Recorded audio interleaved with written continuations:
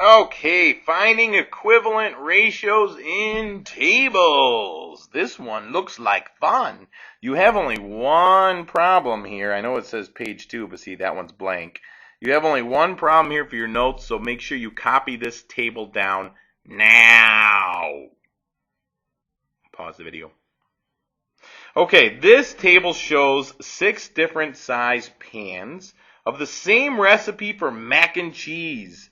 If the recipe relating the ratio of ingredients stays the same, how might it be altered to account for different size pans? Well, that's pretty interesting. So, in other words, the things that you're making mac and cheese, but maybe you have an 8 by 8 square pan, you have a 9 by 13 pan, you have whatever size pan, but here it's measured in cups, okay? And you want your mac and cheese to taste exactly the same no matter what size pan it is, so you want to keep the ratio of noodles to cheese the same.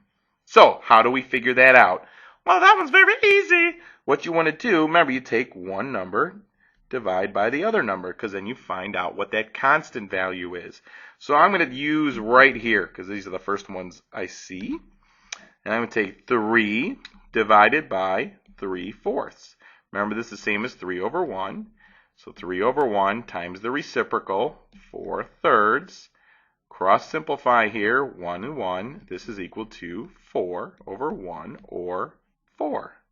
So in other words, if I'm going from here to here, I want to divide by 4. If I'm going to go the other way, I'm going to multiply by 4.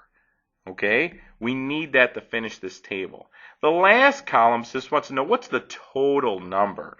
Well, that's easy enough. You just take these two and add them together. So this is 3 3/4.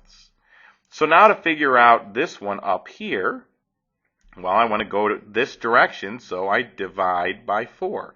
4 divided by 4, and I get 1. Add them together, I have, let me erase my junk in the middle here. I have 4 plus 1, I have a total of 5 cups. Okay? What I want you to do is pause the video then and try and figure out the rest of these spots. Okay? Pause it now. Okay.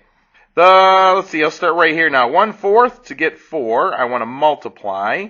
So I have 1/4 times 4, which is the same thing as 4 over 1, and I end up with 4 over 4. I could have cross-simplified there, or just 1. So this is 1. Add them together, I get 1 and 1/4. Next, I have the 2/3. 2/3 divided by 4, which is the same as 4 over 1. This is 2/3 times 1/4. Cross-simplify, and I end up with 1/6. So 2/3 and 1/6. Oh, nuggets! Here's our rules for adding fractions with different denominators. You need to have some common denominator. So I have 2/3 plus 1/6. Common denominator is going to be 6, so I multiply this by 2 over 2. And I end up with 4/6 plus 1/6, which is 5/6. Oh, those rules, they come in handy, don't they? I think so. Next, I have 5 and 1/3. I want to divide by 4. Well, first thing I'm going to do is I'm going to change this to improper. Remember, 3 times 5 is 15, plus the 1 up in the top. I get 16/3 divided by 4 over 1. This is 16/3 times 1 over 4. Cross simplify. 4 goes into itself once, goes into here 4 times. And I end up with 4 over 3, or 1 and 1/3. So here I have 1 and 1/3. Now, my denominators are the same, so that makes it easier. 5 plus 1 is 6. 1/3 plus 1/3 is 2/3. The last one then, 4 and 1/2 divided by 4. Again, I'm going to change the 4 1/2 to improper. So 2 times 4 is 8, plus 1. I have 9 over 2 divided by 4 over 1. This is the same as 9 over 2 times 1/4. And I have 9 over 8, which is same thing as 1 and 1/8. Now, I do not have a common denominator. Oh, no. That's okay. I have 4 and 1/2, What I will multiply this by then is 4 over 4. And this is going to be plus my 1 1/8. Well, let me just change that now. This is equal then to 4 4/8.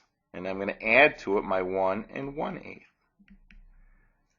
4 plus 1 is 5. And then up in the top, 4 plus 1 is 5. How about that? So this is 5 5/8. Pretty cool, huh? I think so. You should too.